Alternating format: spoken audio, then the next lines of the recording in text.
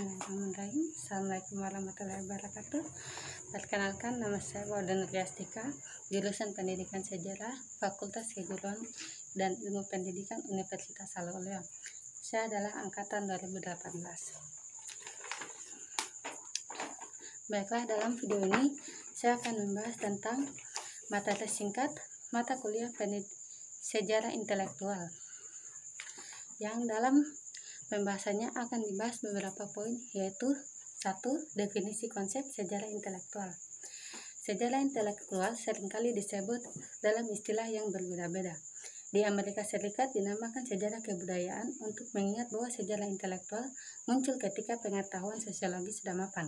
Sedangkan di negara-negara barat seperti Eropa disebut dengan ide-ide karena lebih terpengaruh oleh filsafat yang menekankan pada ide gagasan. Sejarah intelektual baru diakui secara umum sebagai suatu bentuk penulisan sejarah pada akhir abad ke-19 dan organisasi profesi akademi sejarah, yaitu Masyarakat Sejarawan Amerika. Istilah ini dipopulerkan oleh James Harvey Robinson dalam karyanya yang berjudul Men in the Making pada tahun 1921. Dalam arti yang luas, sejarah intelektual dapat diartikan sebagai pokok masalah dari suatu data yang ditinggalkan oleh aktivitas pikiran manusia. Sejarah intelektual mempelajari ilmu pengetahuan yang bersifat abstrak dari pemikiran yang berkembang dari masa ke masa, atau biasa disebut dengan zeitgeist. Kemudian 2. Hal yang mendorong lahirnya sejarah intelektual. Hal yang mendorong lahirnya sejarah intelektual adalah pada sejarah intelektual fokus kajiannya pada hasil-hasil pemikiran manusia dan dari masa ke masa, atau adanya periodisasi dalam sejarah. Penggerak utama tingkah laku pelaku sejarah adalah ideologi, mitos, ide-ide, mentalitas, dan religi.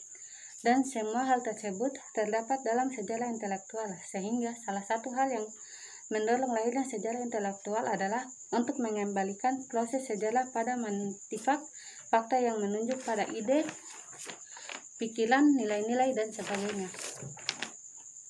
3. Ruang lingkup sejarah intelektual.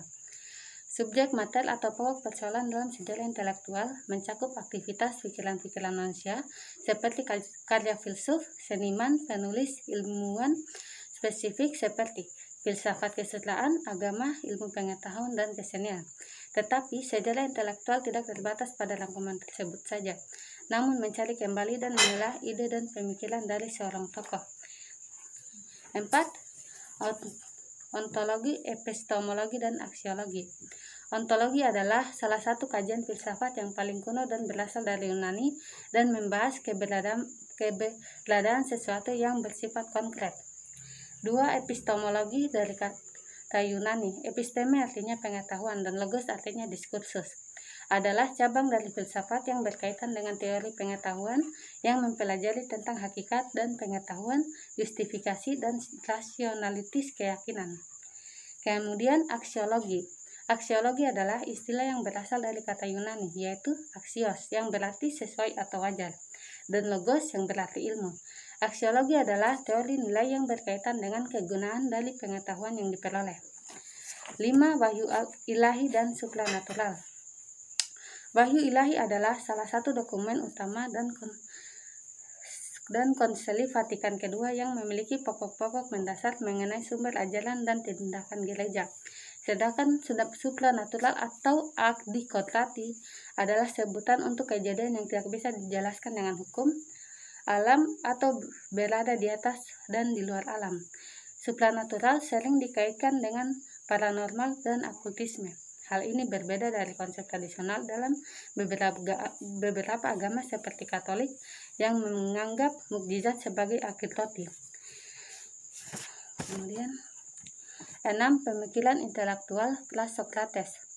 Pemikiran intelektual Sokrates berpendapat bahwa dalam mencari kebenaran itu ia tidak memikirkannya sendiri, melainkan setiap kali berdua dengan orang lain dengan jalan tanya jawab.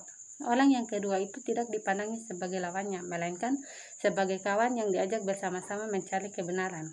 Filsafat plus Socrates bangsa Yunani merupakan bangsa yang pertama kali berusaha menggunakan akal untuk berpikir. Kegemaran para bangsa Yunani melanda secara tidak langsung menjadi sebab meluasnya tradisi berpikir bebas yang dimiliki bangsa Yunani. 7. Pemikiran intelektual masa Socrates.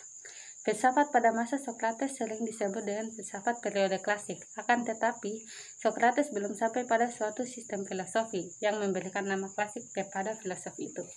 Ia baru membuka jalan mencari kebenaran. Belum sampai menegakkan suatu sistem pandangan. Tujuannya terbatas hingga mencari dasar yang baru dan kuat bagi kebenaran dan moral. Adapun filsafat pemikiran Socrates diantaranya adalah pernyataan adanya kebenaran objektif, yaitu yang tidak bergantung pada aku dan kita.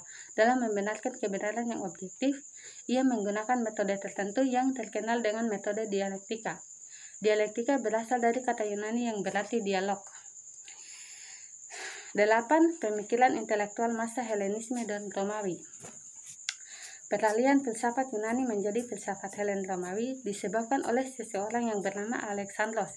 Dia adalah seorang murid dari Aristoteles. Tindakannya yang bersifat imperialis menyatukan seluruh dunia Greek ke dalam satu kerajaan Macedonia. Menurut Bertrand Russell, pengaruh agama dan non-Yunani terhadap dunia Helenistis pada dasarnya buruk. Meski tak sepenuhnya demikian, maka masa Helen Romawi adalah suatu fase filsafat yang tidak hanya didominasi oleh filsafat asli Yunani. Akan tetapi, filsafat pada fase ini bisa dikatakan sebagai filsafat transnasional. 9. Syarat pemikiran di Cina. Pemikiran Cina adalah pemikiran yang berkembang dan menjadi salah satu wajib peradaban Cina. Syarat pemikiran di Cina yaitu 1. Pemikiran Cina menggabungkan beberapa hal, baik yang masuk akal maupun tidak masuk akal dalam wilayah keutuhan atau world yang dinamis melalui karakternya yang relasional. 2. Harus memiliki sifat yang halus dan rumit, yang membangkitkan dugaan yang amat salah ketika ia sekedar dinilai gaib, dan tidak dapat dimengerti oleh pikiran yang serba logis dan rasional. Terima kasih, itulah ringkasan materi untuk mata kuliah sejarah intelektual. Assalamualaikum warahmatullahi wabarakatuh.